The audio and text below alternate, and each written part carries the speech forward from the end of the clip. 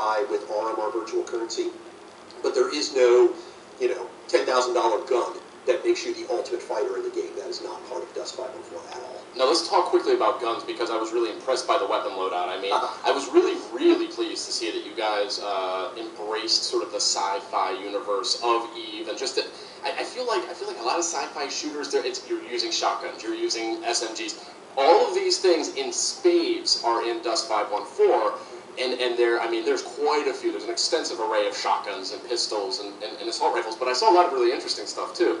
I saw swarm guns. I saw forge guns. Tell me about some of these crazier guns. I mean, there's a lot of them too. It isn't just 2 or 3. That's right. That's right. Well, and again, think about yourself as an infantryman in the future, right? There are going to be all kinds of different terrains. A lot of the weapons that you see today are very good for the battlefields we fight on today, right? Maybe not so good when you're on a gas giant planet, right? And maybe you have to fly around in a jetpack or a mech or something like that. Those are things that we definitely see could be part of our future, and as a result, very different weapons that you bring to battle as well in different vehicles and different drop suits that, you have to calibrate exactly how you do things in the game. I mean, as an example, right, if you're driving a particular vehicle, right, there's a certain amount of energy available that is thrown off, and if you can overheat your vehicle if you overload it with weapons that aren't appropriate for your skill level and things like that. So it is just a very broad canvas. And like any other MMO, we're going to be adding to this all the time, right? So we currently have about 1,000 different items that are ready for the game,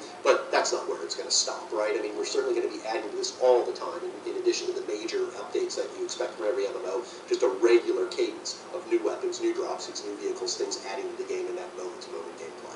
That's awesome, and I wouldn't be complete if I didn't talk about the orbital bombardment that you guys showed off at the Fan Fest here just a couple weeks ago. I mean, that's another example of how EVE Online and Dust 514 are going to kind of work together in harmony here. Explain this, orbital bombardment. Yeah. Even the phrase sounds awesome. It's exciting, right? So, again, imagine that you're going through this process of working through a contract with an EVE corporation, right? And part of your discussion with them as a Dust claim is like, look, you're asking us to take on a pretty big fight here. We're going to ask you to make sure you've got some skin in the game as well, and you're going to need to provide orbital bombardment. And so what that is literally a player in EVE Online on the PC is now talking over a chat window with a bunch of players on the PS3, seeing it on their screens there. And you will be able to say, all right, I pull up my little nav bar, I pull up my UI, and I can pinpoint the location in this Dust map that I want that EVE player to drop an orbital bombardment to literally fire a payload from space that will fly through the PC game, through our Tranquility Shard, which is based in London, this military-grade supercomputer where everything is hosted, through the battle servers onto your PlayStation 3 rendered experience there. It's almost an economic transaction, if you will, right, of a payload coming from EVE Online and impacting the Dust 514 universe, and then helping you win your game. But I need to be clear, it's not a one-way street, right? EVE players can be struck by Dust players in the same way. We've shown that in the E3 2011 video that we did, where Dust players rallied around a surface cannon and were able to fire back at an EVE Online pilot. That is exactly how this game is going to go, right?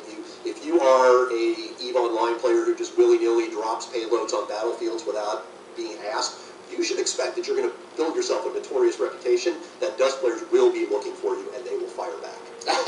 It's kind of unprecedented. I've never heard about this kind of cross-platform play, but it's playing what I played here today. It's obviously a very early version. Really, sort of the proof was in the pudding. I was having a good time with it. I was trying out a lot of different character classes, a lot of different guns. I was kind of choosing some early favorites, but there was like hundreds more to choose from. So there's a lot to take in here, and I feel like we could talk about this all day. But there's 2 things I wanted to hit on here, particularly before we wrap it up. And one of them, that you guys are also going to support PlayStation Move. Absolutely. So talk about how you're going to leverage that and what made you want to use PlayStation Move motion controller. Well, the first thing that we should say, right, is that a lot of what we are doing in Dust 514 is not possible anywhere other than with PlayStation, right? That we wanted to build this chiseled experience on the console, and with Sony we found this awesome partner who was willing to do things that, again, like you say, are unprecedented, right? It takes a lot of thinking to figure out how a virtual goods policy will work. It takes a lot of thinking on how PS3 and PC consumers will actually talk to each other in-game and to have those missiles firing back and forth. as part of this, right, the discussion with Sony was, look, there's also a very broad ecosystem of awesome things in the PlayStation universe, right? You mentioned Move, right? And so we want to be able to support that. We have that, right? We have Move and sharpshooter capability, and so if that's the way you choose to play the game, you absolutely can. If you're more comfortable with dual shock controller, that's no problem. We've got that as well. Similarly, we have a big extensive presence in home now, and we expect to continue to build on that and use that as a vehicle for communicating with the PlayStation Home people. We'll be talking about Vita apps. We've talked about that previously, and that'll be coming soon. We may have a little more to say about that at E3 in several weeks, among other things. You stole my second question. But we think about that as again, once you get your hands on the Vita, right, and you can imagine it, right, as a controller for your desk experience, and you can think about that screen, you can just imagine so many different things that you can do.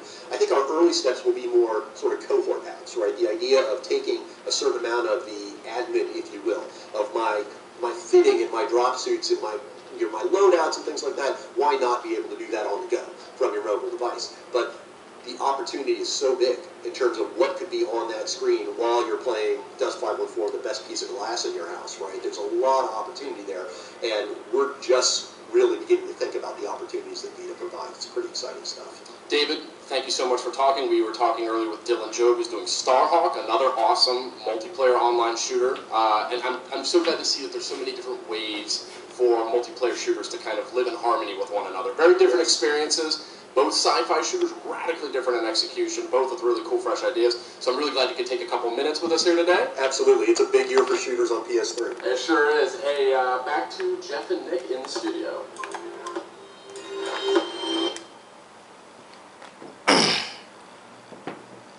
I'll catch y'all on the next video. Later.